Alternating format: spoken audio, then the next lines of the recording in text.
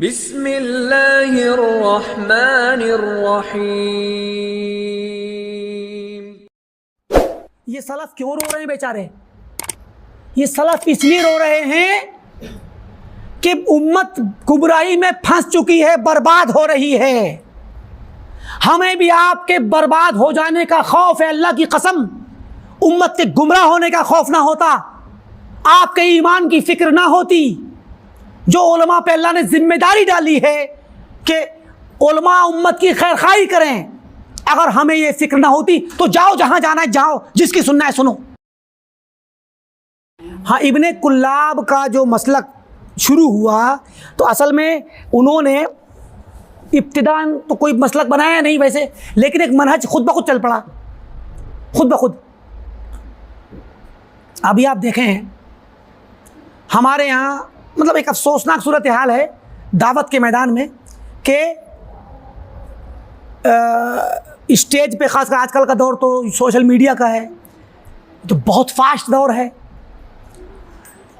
آج پہلے کے وقتوں میں تو مسجد پہ ممبر پہ کھڑے ہو کے لوگوں کو تقریر کرنے ملتی تھی، آج ممبر نہیں رہ گیا۔ ارے بھائی ممبر پہ مت بلائیے، گھر بیٹھ کے ریکارڈ کرے گا ڈال دے گا۔ تو آج کل کا دور جو سوشل میڈیا کا ہے، جس میں ہر کس و ناقص دین کی تفسیر کرنے لگ گیا ہے۔ بہت سے برادران بھی اسلام کی تفسیر میں اور دعوت میں آ گئے ہیں۔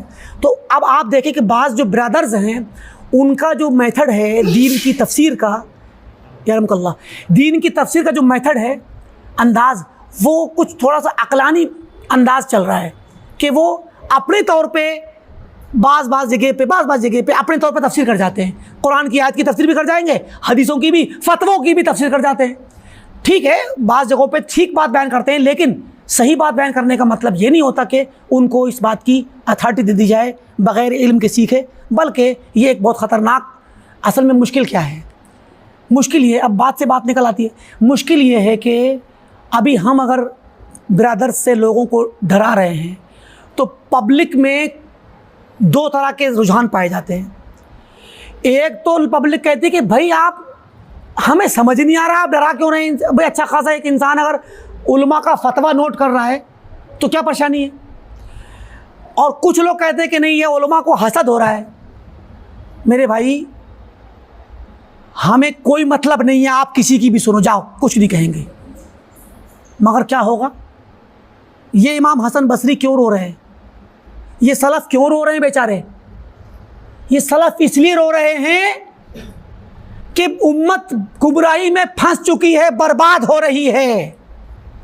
ہمیں بھی آپ کے برباد ہو جانے کا خوف ہے، اللہ کی قسم امت کے گمراہ ہونے کا خوف نہ ہوتا، آپ کے ایمان کی فکر نہ ہوتی۔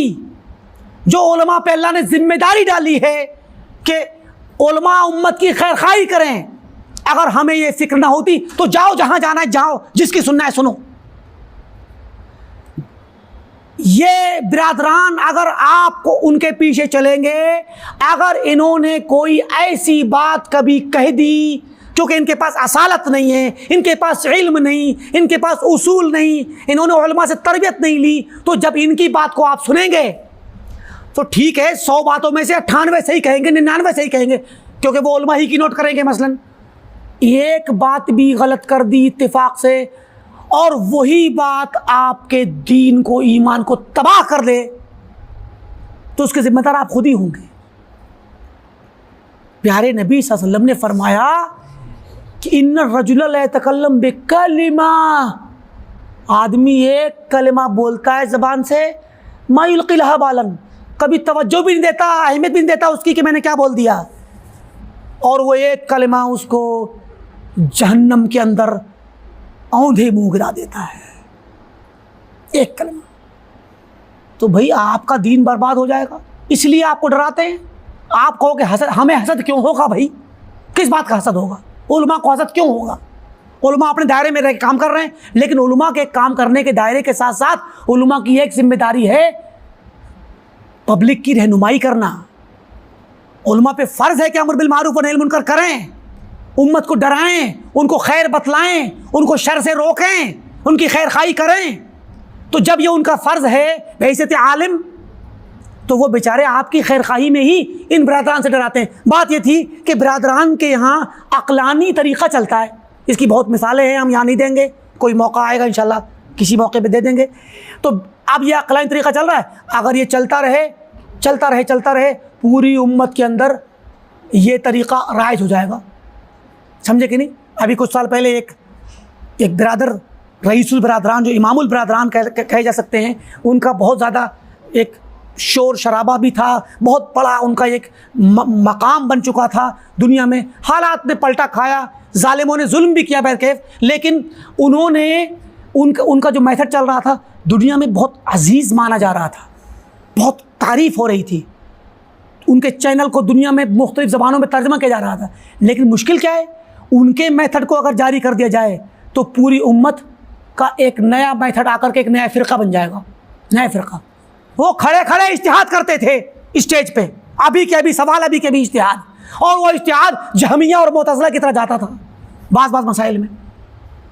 ایک آدمی اللہ کے نبی پہ ایمان نہیں رکھتا تو کیا اس کے جنت میں جانے کے بارے میں پوچھا جاتا, کیا کہتے ہیں کہ دلیل کہاں سے لے رہے ہیں؟ ان اللہ لا یغفر ان یشرک بہ, کہ اللہ تعالیٰ نے تو یہ فرمایا ہے کہ اللہ تعالیٰ بخشے گا نہیں اس انسان کو جو شرک کرے گا, شرک کے علاوہ سب کچھ بخش سکتا ہے. تو یہ آدمی شرک نہیں کر رہا ہے, صرف رسالت کا تو انکار کر رہا ہے.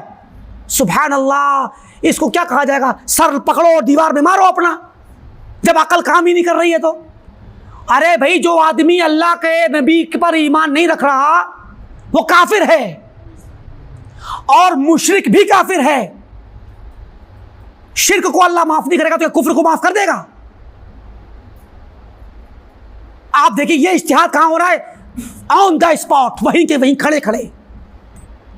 تو جب اگر اس ہر کام میں اللہ کی بہتری ہوتی ہے, ان کے حالات جو بھی بنے, جیسا بھی ظالموں نے ظلم کیا, کچھ بھی کیا, مگر اس میں بھی اللہ تعالیٰ کی بہتری ہے. ورنہ وہ ان کا منہج اور میتھڈ ایک عام آدمی سننے کو راضی ہی نہیں ہے, ان کے خلاف ایک لفظ بھی. ایسے لوگ موجود ہیں جبکہ ان کے اس میتھڈ سے ان کی زندگی تباہ ہو رہی ہے اور ان کو نہیں پتا. عقیدے کا ایک غلط تصور دماغ میں بیٹھ جائے, پوری زندگی, پورا ایمان تباہ کر دے گا, بندے کو معلوم ہی نہیں.